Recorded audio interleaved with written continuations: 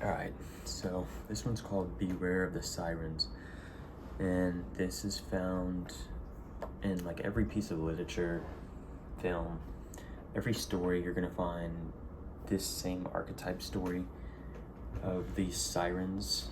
They come in different forms, but I was gonna read two passages. One is from the Odyssey, where it's the story of the sirens. It's Greek mythology, and everything we relate to is through stories. I mean, it's kind of like the whole human experience is through stories that are written down or passed down, books, movies, written oration, even like biographies and autobiographies of just the story being told. Everything is usually related to a story. So that's how you find like deep truths, is through the stories. So let me just read the short portion in the Odyssey of the Sirens. So the Odyssey is a journey. It's the story of Odysseus, and I'll just skip to the part where he makes it out of Hades. He gets back from the house of Hades, makes it out alive, and he meets Circe, who's this like divine goddess who's basically giving him advice. And so he's telling his story, she says, and he ends the story, and she starts talking to him. She says, "And now pay attention to what I'm about to tell you. Heaven itself indeed will recall it to your recollection. First you will come to the sirens, who enchant all who come near them. If anyone unwarily draws in too close and hears the singing of the sirens, his wife and children will never welcome him home again, where they sit in a green field and warble him to death with the sweetness of their song. There is a great heap of dead men's bones lying all around, with the flesh still rotting off of them. Therefore pass these sirens by, and stop your men's ears with wax, that none of them may hear. But if you like, you can listen yourself, for you may get the men to bind you as you stand upright on a cross piece halfway up the mast, and they must lash the ropes ends to the mast itself, that you may have the pleasure of listening. If you beg and pray the men to unloose you, then they must bind you faster. When your crew have taken you past these sirens, I cannot give you coherent directions as to which of two courses you are to take. I will lay the two alternatives before you, and you must consider them for yourself." And then she talks about these two different rocks, these two different paths you can take, about these monsters you'll have to get past and the obstacles in the way. And then I'll skip down to past when this conversation ends. And here she ended, and dawn enthroned in gold began to show in heaven, whereon she returned inland. I then went on board and told my men to loose the ship from her moorings, so at once they got into her, took their places, and began to smite the Gracie with their oars.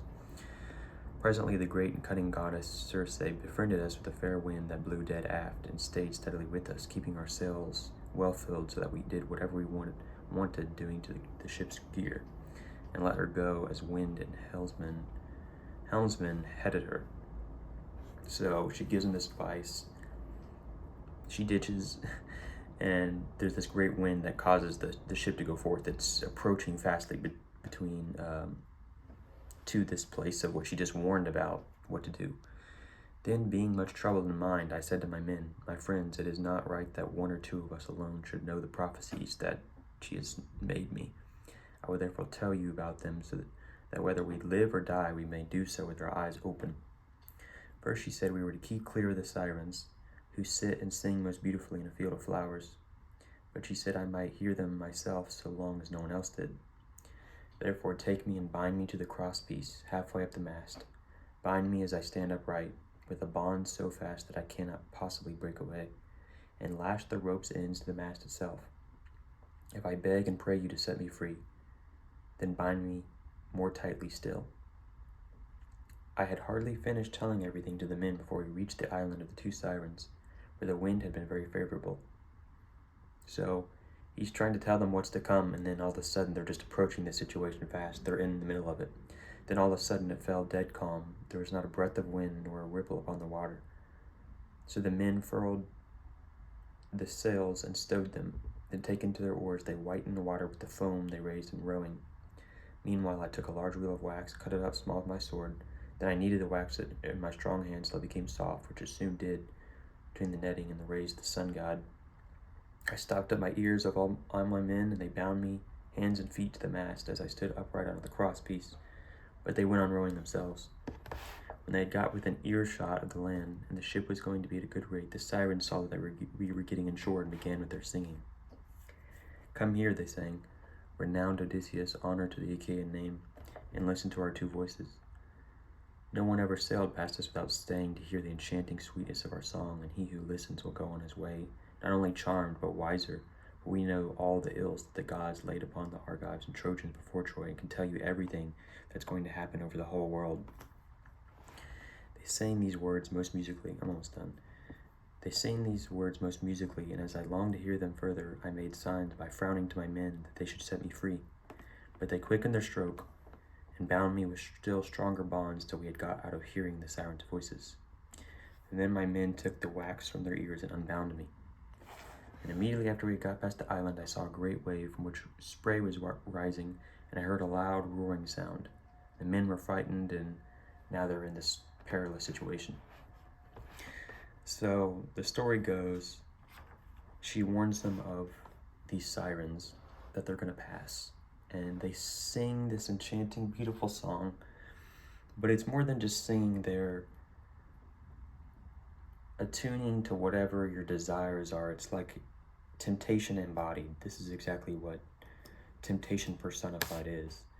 It's the same story as the Garden of Eden and Eve taking that apple with the serpent. And it's this enticing, seducting being that seeks you, knows that you want, and will bring you in. You almost can't resist it in a way.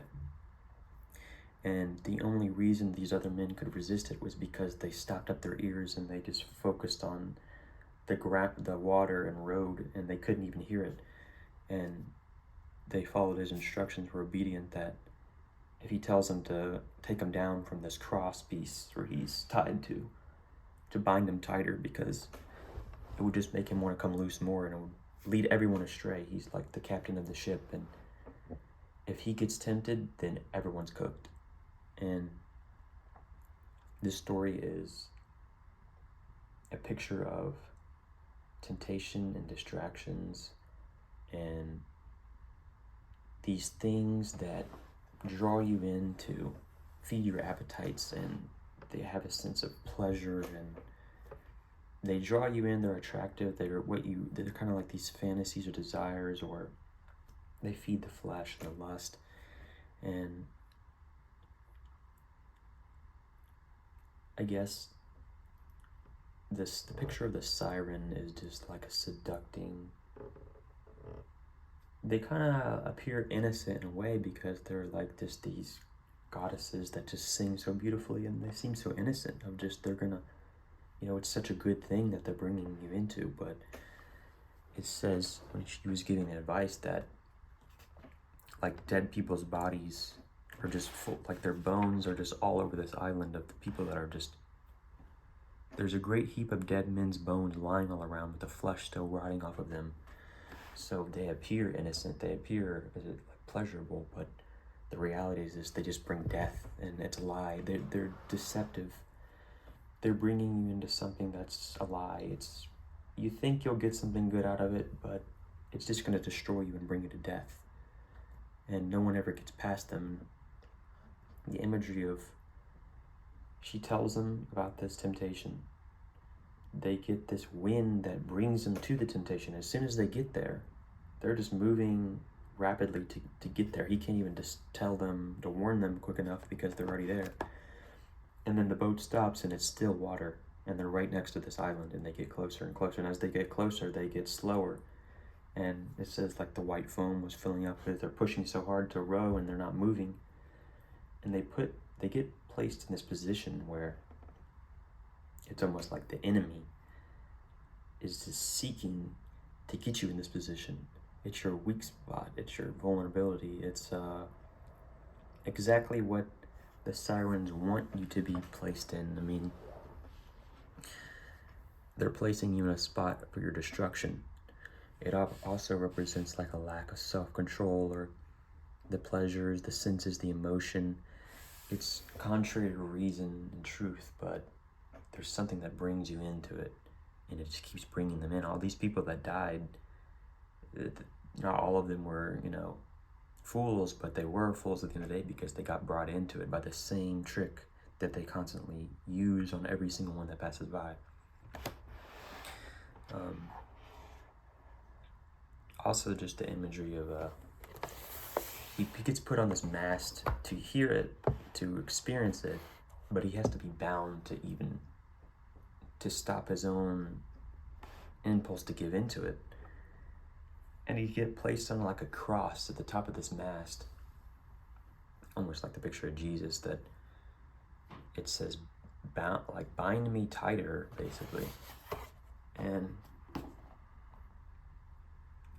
he gets bound as an example to withstand it, because he's kind of the only one that can withstand it, but he's the leader of his men, and he tells them to bind me tighter when I try to give in. Like, don't let me give in. So there's one other passage.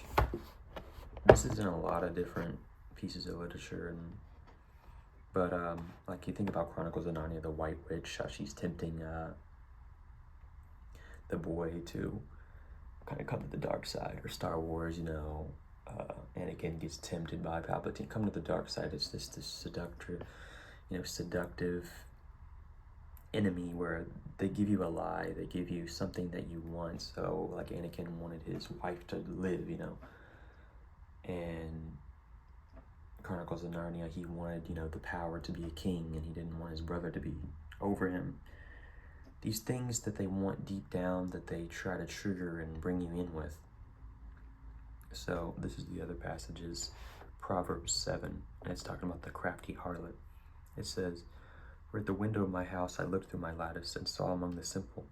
I perceived among the youths a young man devoid of understanding, passing along the street near her corner." So that's another thing about these men that had passed by this island, is they didn't have the wisdom or the prophecy of being warned about it, or if they did, they fell into it. So the same thing with this story, but the crafty harlot is a young man devoid of understanding, passing along the street near her corner.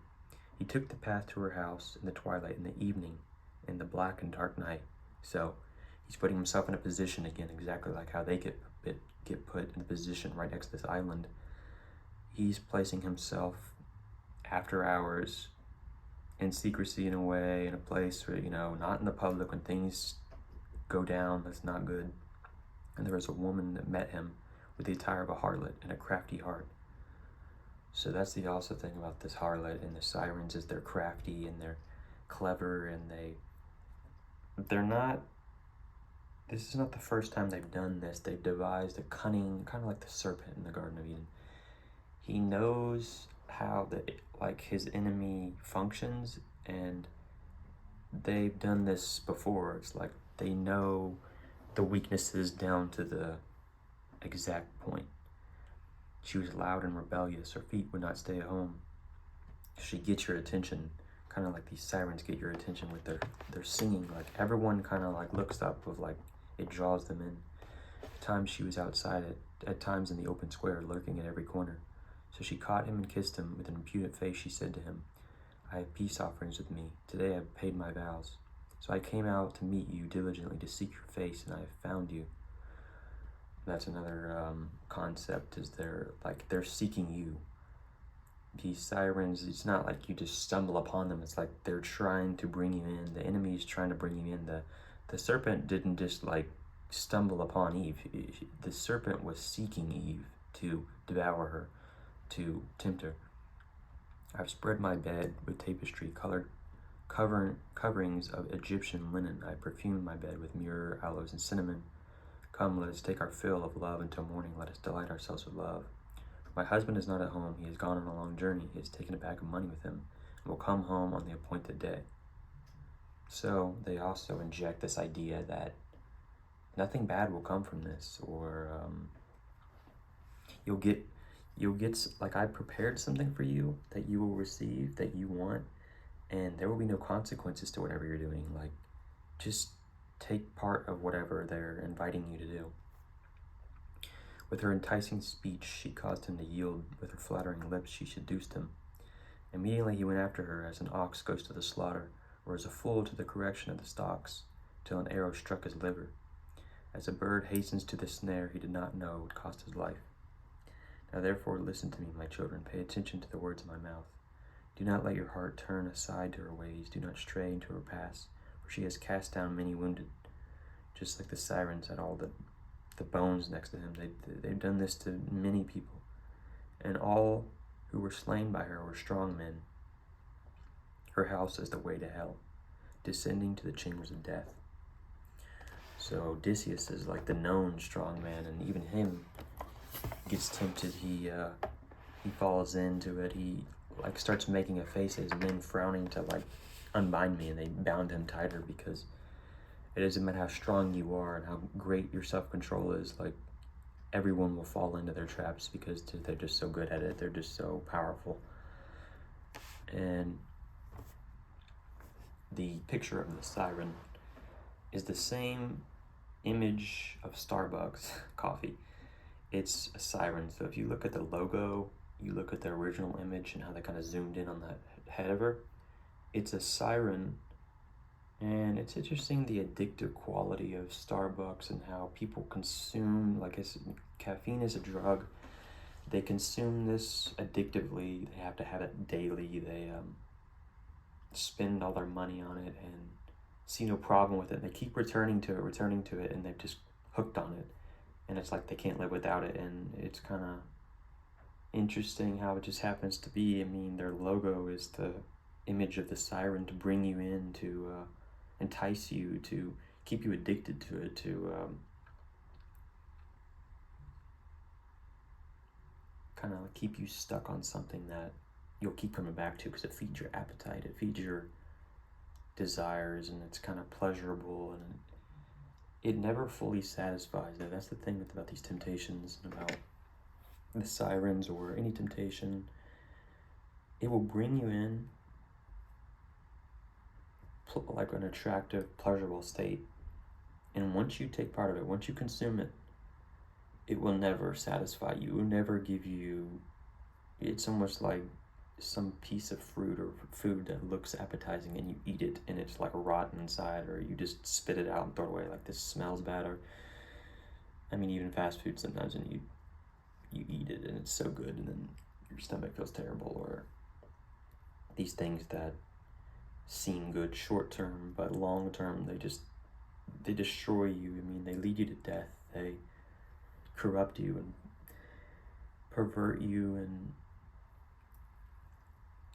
I mean, these desires that they think they can fulfill you with, you know. So in the Odyssey, it's like, I will, make you wise and show you the whole world and give you the answers to who's going to win the war and all this stuff. They're basically like making you a promise, but it will never come true. It's a lie. It's a deception. It's even the garden about you will be like God, or you will know good and evil, or like it's a certain promise made that's never fulfilled. It never comes true. It's just a lie. And these con artists, these people that lie and entice people in, the really good con artists, the ones that have perfected this, is that they don't even know they got conned, and they're confused that they even got scammed, and they're still wondering, like, is it real? Did I really get scammed? And and then they do it to someone else, and they just never end. And it's like, that's the ultimate effect of the serpent, of the sirens, of the crafty harlot in Proverbs. Or they trick you and they lie to you, and you don't even know you got lied to, and you question if it even was a lie. You don't even really know what happened, and they do it over and over and over and over again. And just like the serpent or the enemy in the Bible is the same picture of using the same weaknesses of man and the same tactics, and he never changes, his strategy, because it always works. And I guess out of all of this, the sirens, it can also be distractions. I mean, temptations, yeah, but it's also things that I talked about: labor, leisure, play, and rest. It's things that can be play or pleasurable, but they entice you in that you'll never leave it. I mean, it's the picture in Percy Jackson about he goes to the casino and keeps like eating that lotus flower or something. I don't know. It's in the movie at least, and he just gets stuck there forever because it never ends. These appetites never end. You'll never be satisfied. You'll keep being brought in, thinking it will satisfy the appetite. The sirens never end. The temptation never ends. And I guess the solution to the temptation, it will always come, just like these men that had to put the wax in their ears. It will come no matter what. But they guarded themselves by not even listening to it, or focused on this thing to get away from it. Like they focused on rowing and doing what he said by binding them tighter, instead of, they didn't let their eyes look up. You know, it's kind of like the picture of Medusa, where if you look into her eyes, you turn into stone, and everyone wants to look into her eyes. So it's this constant like battle with yourself, where she's trying to like tempt you to look into her eyes, and everyone kind of usually gives in, and then they're turned stone. They never learn their lesson because there's just like the curiosity, and I don't know, when someone tells you to not do something, it's like it brings you in to do it. And that's the picture of Adam and Eve, picture of Medusa. I mean, all these things today, they're doing the same tactics to bring you into it, to basically addict you. They're trying to bring you in that you just never leave, and it benefits them. It's infinite business. I mean, these casinos, the casinos are a great example because it's just like bright lights, loud noises. They have entertainment, they have drinks, they have food, they have the highest quality resorts, they have, come here and don't leave. Like, this is the ultimate getaway. But they're bringing you in like these sirens. They even use all this Greek pagan mythology in these casinos. If you ever visit, like, Bellagio or MGM Grand, or in these places in Las Vegas, it's like, Caesars, or this Greek pagan gods, to bring you in, to take your resources, have you never leave, to bring you in bondage and make you a slave to it. And that's really what temptation, the enemy, is trying to do, is make you a slave to your own sin, to your own desires and appetites, things that never fulfill you, instead of your higher purpose of the good things, fruitful things, things that you have a certain desire for things, and these sirens are trying to bring you to the wrong desires, and they're trying to corrupt your good desires, and they're trying to pervert what you really want. And what you really want, there are good desires that you really want that should be fulfilled in the right way. Like, there's certain things, say for example, Chronicles of Narnia. The boy wants to not be below his brother. He doesn't want to be downgraded, looked over. He wants to be a king. He wants power. There's a good and bad aspect of that. The wicked witch, or the whatever her name is, the white witch or something, she's trying to bring the bad desire out of power and go against your family. But the good side is, I guess, the Aslan or the lion or whatever is trying to bring him to power as a king in the right order of, he does have a desire to not be overlooked. He will be a king one day, but it has to be in the right desire. It has to be not in his appetites and emotions and falling into this enemy, but in truth and reason, and based on a foundation, not these things that are based on your emotions. I mean, any of these scam artists online, they always have an emotional tactic to bring you in. It's never logical, reasonable, truthful. All lies stem from there's certain things that your emotions can you do come to truthful conclusions, but for the most part, it's like they're trying to draw in your emotions to feed you a lie so that you don't use your mind and your reason to come to the truth. And anything that's truthful, wise, it doesn't have to be rushed, it doesn't have to be forced. And that's another thing about these sirens. I keep saying sirens, but it's a lot of different, context. They try to act very quickly. They try to bring you in quick. They try to, give us your money now, or you'll get it immediately. You'll get this, whatever you're looking for, you can have it. You just have to partake.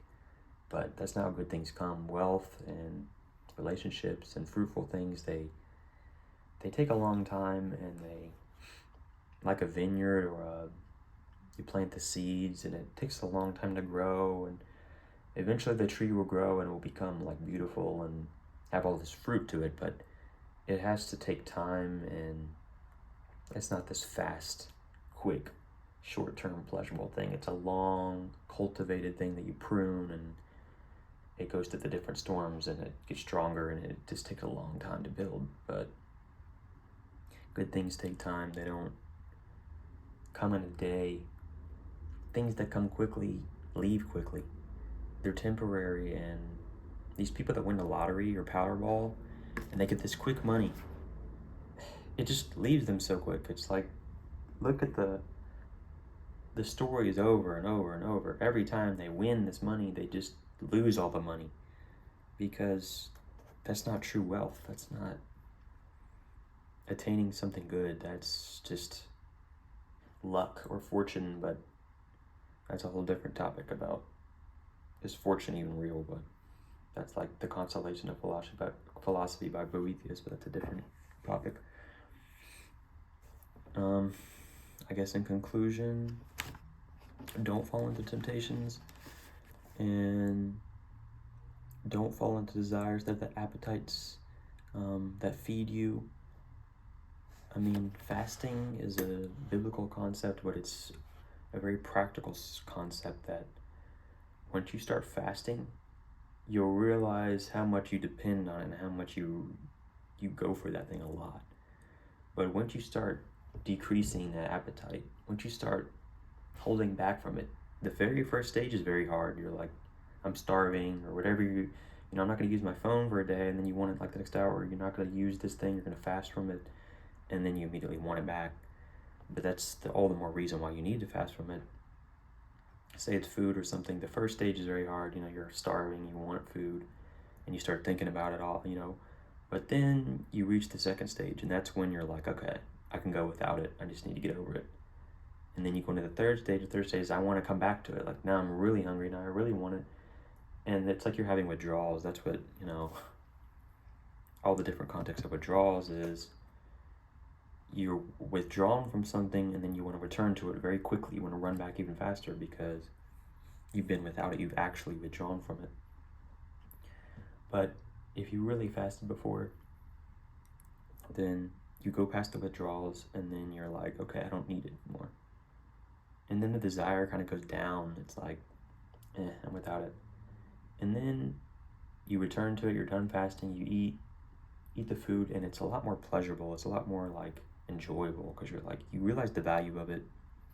You realize you didn't have to run to it, and you realize you do it in moderation, and you have a more of appreciation for things.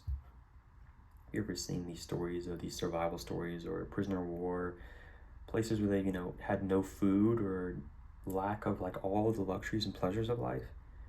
They start just fantasizing or valuing things that are so simple, like,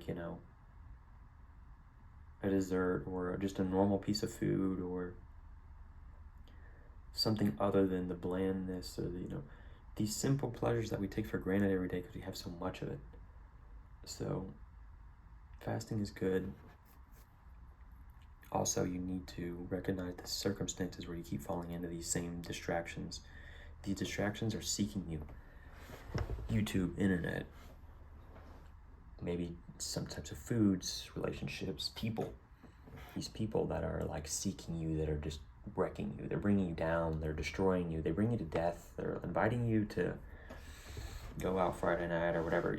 They're bringing you to these situations that are just causing you to go down, and you need to cut that out of your life. You need to bring good people into your life. You need to have a major change, and turn from the temptations. They're always going to come, but you have to learn to look to the better things. Focus like these men that were rowing. Don't focus on, like, I need to avoid this because it's just going to bring you back in. You need to focus on something else that can fill your mind or time. Something that will make you, I got to go do this because I'm busy doing this. Like, I don't even have time to deal with this temptation because I'm doing some other thing or some other good thing that's worth your time. And I guess that goes back to leisure and stuff. Putting your time with useful things. And I think that's pretty much all I got. I mean, you'll see this in a lot of films, stories, movies. Just this enemy and this seducting force that brings you in. And you also see that the seducting force, the enemy, doesn't have good intentions. They're doing it to everyone, and they don't want what you truly want, and they're trying to morph what you want and turn it into their benefit. Like Star Wars, Witch in the Wardrobe, Lion, Witch and Wardrobe. I'm sure there's a bunch of others that are relevant. I'm not thinking of them right now, but any of those, they're not seeking the good of the individual that they're trying to put in this trap. Like the Bible was talking about, like an animal that goes to a snare that just, they don't even realize they're walking into a trap that's just going to maim them and destroy them and bring them to death. It has no benefit for their life. I mean, the enemy, the serpent in Garden of Eden, it knew the outcome, and it knew exactly how to get its outcome. It's just a trick. It's a deception. It's a lie. And don't fall for the lies, the distractions, the deceptions, the things that, if it's in your mind, that's like the sure sign that it's a deception. Because you don't have other output, other opinions about what you're thinking about. It's in your mind. Sometimes there's not a lot of truth to what you're thinking. It's just you're creating this scenario, this story that's been, placed in your mind. That's not real. It's a lie. It's how you view it's how you perceive things. A good perspective is you have to have other people's, perceptions and opinions. That's why councils, communities, places that give you another perspective, they can see the fuller picture of it. If you're just thinking of yourself, it can go real negative real quick, and it usually does. I mean, very few people are just on their own thinking all these good things, unless they're filling their mind with good things, which is other voices, instead of distractions, fill it with good voices, good people, good, wisdom, things that are good, beneficial, worth your time. They have good intentions behind. Find people and places and things that have good intentions behind them. Like, that's how you find the root of every good thing, is you look at the intention behind it. The foundation of look at an organization or a business or the author or any type of root thing. What is the intention behind why they're even doing this whole thing? What are they even doing this for?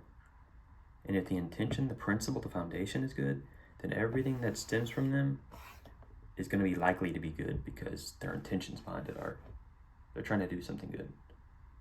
So that's how you should focus on which people you bring into your life, or not even bring into your life, because some people are just stuck in your life, family or maybe even coworkers sometimes. There's certain people that you're just kind of stuck with, and you don't have to completely cut everybody out, but you just don't focus on them. They're a distraction. You just do whatever you need to do to work with them, to be part of their family, to go to the events or whatever you got to do, but just don't focus on them.